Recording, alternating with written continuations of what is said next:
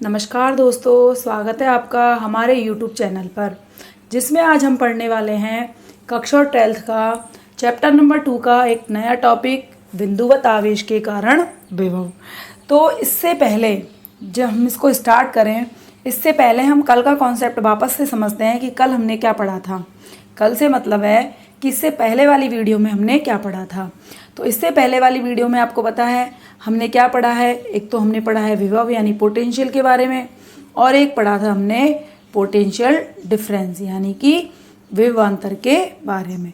तो हमने क्या पढ़ा था कि यदि कोई दो पॉइंट है, ये मान लो पॉइंट ए है और ये पॉइंट बी है, तो दोनों पॉइंट के बीच जो पोटेंशियल डिफरेंस है यानी विभवांतर है डेल्टा बी, जिसको हम लिख रहे थे बी ए माइनस बी बी। तो वो क्या था कि इस बिंदु से इस बिंदु तक Q0 आवेश को लाने में किया गया कार्य। तो आपको याद हो तो हमने कार्य लिखा था W A B upon Q0, और ये कार्य कौन सा था हमारा? बाह्य कार्य। कौन सा कार्य था? बाह्य। यानी कि हमने पढ़ा था कि डेल्टा V बराबर W बाह्य अपॉन Q0। परिभाषित भी किया था हमने कि एक बिंदु से Q0 आवेश को विद्युत क्षेत्र के विरुद्ध दूसरे बिंदु तक लाने में किया गया कार्य और आवेश का अनुपात विभवांतर कहलाता है। अगर आप इसको 1 कूलाम कर दो तो 1 कूलाम से भी हमने इसकी परिभाषा निकाली थी। और जब हमने विभव पढ़ा था तो क्या पढ़ा था कि अगर हमारा जो बिंदु बी है ये कहाँ चला जाए? अनंत पर। तो अनंत पर चला जाए तो अनंत से Q0 आवेश को बिंदु ए तक लाने में जो कार्य किया गया था उसको नाम दिया था हमने विभव। B A equals to W infinity A upon Q0। तो इसको हमने क्या कहा था? विभव कहा था। तो ये हम पढ़ चुके हैं। इसी कॉन्सेप्ट को काम में लेते हुए हम निकालेंगे बिंदु आवेश के कारण विभव। टॉपिक है हमारा बिंदु आवेश के कारण विभव। तो बिंदु आवेश के कारण जब हम विभव निकालेंगे तो इसके लिए हम क्या करते हैं? सबसे पहले मानते हैं एक स्रोत आवेश। क्या मानते हैं? एक स्रोत आवेश मानते हैं, जिसके कारण क्या उत्पन्न हो रहा है? Electric field. तो यहाँ मान लिया हमने प्लस Q चार्ज है, वो हमारा इस बिंदु पर है। ठीक, इस बिंदु पर स्थित है। तो हमने मान लिया इस बिंदु से स्मॉल r दूरी पर एक बिंदु है P, और इस बिंदु पर हमको क्या कैलकुलेट करना है? विभव, यानी कि BP की कैलकुलेशन करनी है। को इस बिंदु पर विभव निकालना है तो हमें क्या करना पड़ेगा? अनंत से Q0 आवेश को इस बिंदु तक लेके आना पड़ेगा ना। तो Q0 आवेश को इस बिंदु तक लाने में किया गया कार्य कितना होगा? W इन्फिनिटी, जो भी हम बिंदु लेंगे, P अपॉन Q0, ये हम जानते हैं। ठीक, तो इसी को हम इसमें काम में लेंगे। तो देखिए, हमने मान लिया कि बिंदु O से, ये हमारा बिंदु O है, इससे R डैश की दूरी पर एक अन्य बिंदु है हमारा P डैश। इसको मान लेते हैं कितनी डिस्टेंस है ये? R dash. ठीक, अब हम क्या कर रहे हैं? जो Q0 आवेश है वो हमने मान लिया कि यहाँ पर आ गया हमारा। अनंत से लेकर हम कहाँ ले आए उसको? P डैश पर। जब हम उसको P डैश पर लेके आए हैं तो ये प्लस Q चार्ज है, इसको हम क्या कह रहे हैं? स्रोत आवेश। क्या कह रहे हैं? स्रोत आवेश। तो इसके कारण इलेक्ट्रिक फील्ड की डायरेक्शन क्या होगी? इस दिशा में होगी, ई वेक्टर की डायरेक्शन। तो इसका मतलब इस बिंदु पर जो बल है वो हमारा किधर लगेगा? बाहर की तरफ लगेगा, जिसको नाम क्या देंगे हम? Fe देंगे। ठीक, तो हम कैलकुलेट कर रहे हैं पहले कि Fe की वैल्यू क्या आएगी। तो देखो Fe क्या होगा? कूलाम बल से निकाल लेते हैं। K की वैल्यू रख लेंगे अभी। एक तो है हमारा कैपिटल Q और एक है हमारा Q0। बीच की डिस्टेंस कितनी है यहाँ से यहाँ तक की? R डैश स्क्वायर, और डायरेक्शन किधर है? बाहर की तरफ, तो R डैश कैप। ये चीज़ समझ में आई मैंने कैसे लिखा है? ये हमारा क्या है? स्थिर वैद्युत बल।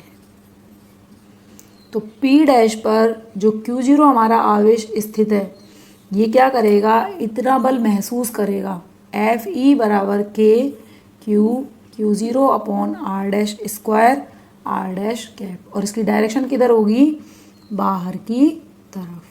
ठीक, अब देखिए हम आवेश को किधर ले जाना चाह रहे हैं, इधर।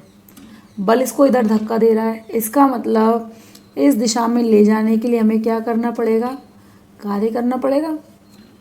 ठीक, कार्य करना पड़ेगा।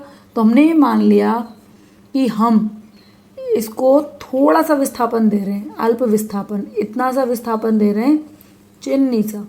इसको लिख लेते हैं हम डेल्टा आर डैश, यानी कि बिंदु P डैश पर जो Q0 आवेश स्थित है उसको डेल्टा आर डैश विस्थापन देने के लिए जो कार्य किया जाएगा उसकी गणना कर लेते हैं पहले।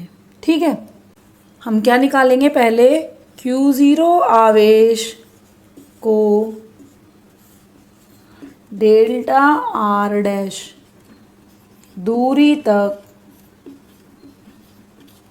विस्थापित करने में किया गया कार्य। देखिए डेल्टा आर डैश लिख रहे हैं तो कार्य को भी क्या लिख लेते हैं हम, डेल्टा डब्लू। आप जानते हो कार्य बराबर क्या होता है, बल गुणा विस्थापन। वेक्टर फॉर्म में लिखेंगे तो F vector delta R dash vector, बल को एफ ई लिख लेते हैं। ठीक है, आप देखो अगर हम इसको खोलें तो F E delta R dash cos theta आएगा ना। अब देखो एफ ई किस दिशा में है हमारा, इस दिशा में है। विस्थापन किस दिशा में दे रहे हैं, इस दिशा में दे रहे हैं। ठीक, तो दोनों की डायरेक्शन क्या है, अपोजिट है। देखो एफ ई बाहर की तरफ है, विस्थापन इस दिशा में दे रहे हैं, तो दोनों एक दूसरे के क्या है, अपोजिट है। अपोजिट है इसका मतलब एफ ई तो इस दिशा में है और आर डेल्टा आर कैप की डायरेक्शन इस दिशा में है, तो दोनों के बीच एंगल कितना बनेगा, 180। तो थीटा हमारा क्या बन गया यहाँ, 180 डिग्री। ये इंपॉर्टेंट है कि कैसे आया है। तो अगर आप इसको निकालोगे तो कॉस थीटा की जगह क्या लिखोगे, कॉस 180, और कॉस 180 की वैल्यू क्या होती है, -1। मैं यहाँ लिख देती हूँ, कॉस 180 क्या होता है हमारा, -1। तो ये हो गया minus F E delta R dash. ये किसकी वैल्यू आई है हमारी, डेल्टा डब्लू की। अब हम क्या करेंगे, यहाँ पर एफ ई की जगह भी जो हमने वैल्यू निकाली है उसको रखेंगे। एफ ई बराबर लिखा था हमने K capital Q0 upon R dash square R dash cap. ठीक, अब तो डेल्टा डब्लू क्या हो जाएगा हमारा, डेल्टा डब्लू बराबर minus K Q0 upon R dash square delta R dash. ठीक, अब देखिए ये हमने निकाल लिया कार्य, कितना, बिंदु P डैश पर स्थित Q0 को डेल्टा आर डैश तक लाने में किया गया कार्य। अब देखिए बिंदु P डैश से P तक का जो पूरा पथ है वो हमारा इस तरह के छोटे छोटे अल्पांशों से मिलकर बनेगा। तो यदि हम कुल कार्य निकालना चाहें, क्या निकालना चाहें, कुल कार्य, कहाँ से, अनंत से P तक लाने में किया गया कुल कार्य। तो कुल कार्य क्या हो जाएगा हमारा, देखो W बराबर समाकलन, कहाँ से लेके आ रहे हैं, इन्फिनिटी से कहाँ तक लेके आ रहे हैं, बिंदु P तक, और डेल्टा W। तो समाकलन जब करते हैं तो डेल्टा किस में चेंज हो जाता है, DW में। ठीक, वैल्यू लिख लेते हैं, माइनस इंटीग्रेशन इन्फिनिटी से P K Q0 upon R dash square, और डेल्टा आर क्या बन जाएगा, DR डैश। यहाँ तक समझ में आ गया, कोई दिक्कत। अब देखिए हमें यहाँ से केवल सिंपल समाकलन करना है। ठीक है, वापस देख लीजिए हमने क्या किया था, पहले बिंदु P डैश पर जब Q0 है तो इस पर बाहर की तरफ क्या लगेगा, वैद्युत बल लगेगा, और ये वैद्युत बल कितना लगेगा, हम जानते हैं कूलाम के नियम से एफ ई बराबर K Q0 upon R dash square R dash cap, या आर डैश कैप इसकी डायरेक्शन है। फिर हमने क्या निकाला था, कार्य निकाला था। कौन सा कार्य निकाला है? P डैश से Q0 को अल्प विस्थापन देने में किया गया कार्य। तो वो कार्य कितना आया था हमारा? डेल्टा W बराबर minus FE delta R dash, यही आया था। ठीक है, इस कार्य में हमने क्या किया? FE की वैल्यू रख दी तो ये डेल्टा W आ गया। अब ये तो हमारा अल्प विस्थापन का कार्य है, हमको क्या करना है? विभव निकालना है बिंदु P पर। तो हम क्या करेंगे? बिंदु P पर विभव निकालने के लिए जो Q0 आवेश है उसको अनंत से बिंदु P तक लेकर आएंगे। तो हमने क्या लिखा है? अनंत से बिंदु P तक लाने में किया गया कुल कार्य कितना आ गया? W बराबर अनंत से P dW समाकलन और इसका फॉर्मूला।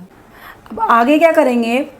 इन्फिनिटी से बिंदु P तक हम आवेश को लेकर आ रहे हैं। तो देखो चित्र में हमने यहाँ पर माना था प्लस Q, ठीक, और बिंदु P को माना था हमने स्मॉल r डिस्टेंस पर। तो हम यहाँ बिंदु P की जगह क्या लिखेंगे? r, ठीक है। तो हम लिमिट कहाँ से कहाँ तक की लगाएंगे इसमें? अनंत से r तक की। अब देखो समाकलन dr डैश के सापेक्ष करना है, तो जो भी इसमें एक्स्ट्रा टर्म है जो कि कांस्टेंट है उनको क्या करते हैं? बाहर निकाल लेते हैं। तो यहाँ से देखिए बाहर क्या आएगा निकल के? माइनस k बाहर आएगा, q भी बाहर आएगा और Q0 भी बाहर आएगा, ठीक।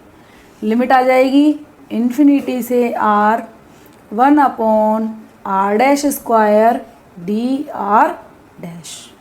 अब देखो 1/r स्क्वायर का क्या करना है? समाकलन। तो देखो समाकलन में आपको याद हो तो आपने पढ़ा है x की पावर n का समाकलन क्या होता है?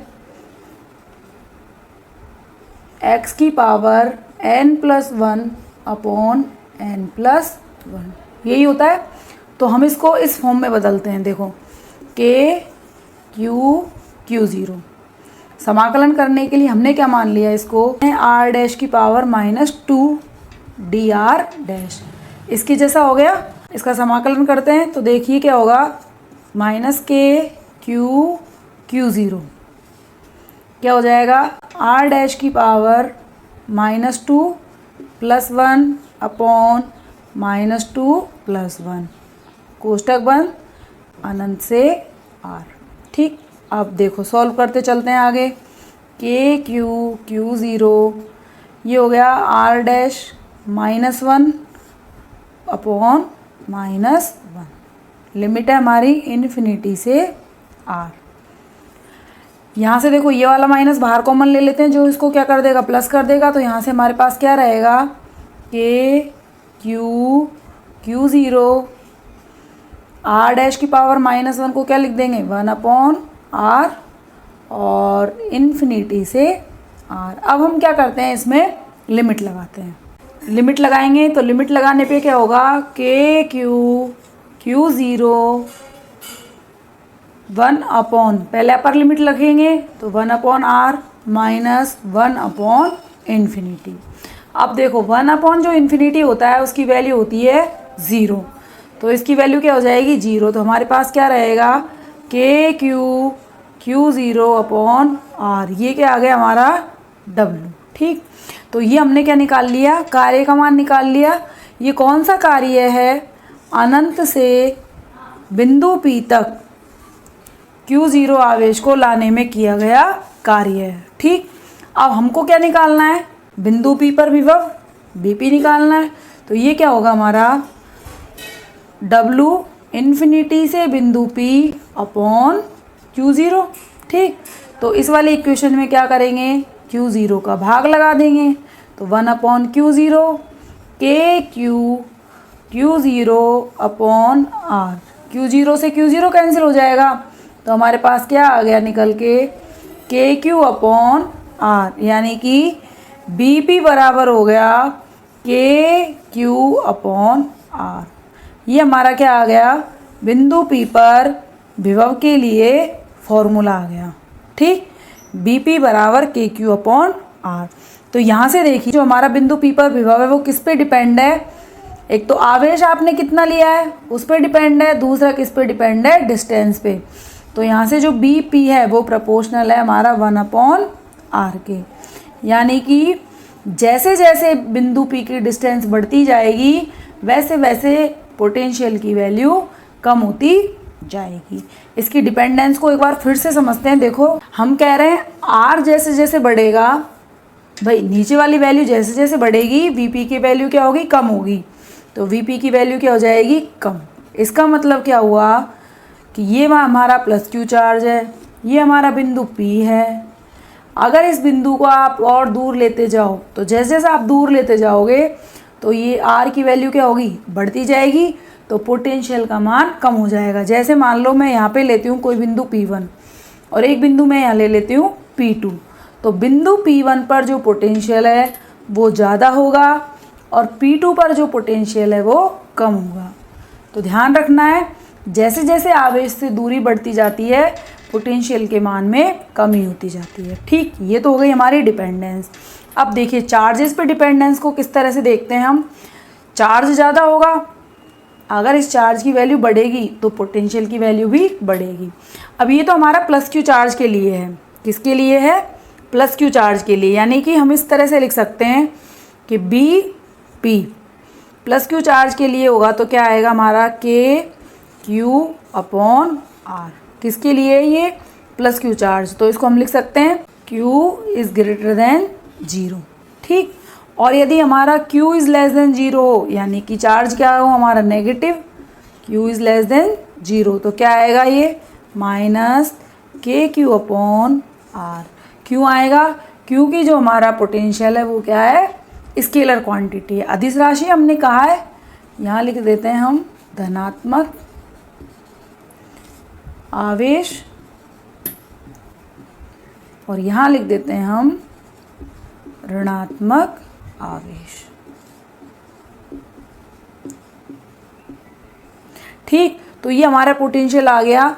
ये तो हो गया प्लस क्यू आवेश के कारण और ये हमारा हो गया माइनस क्यू आवेश के कारण।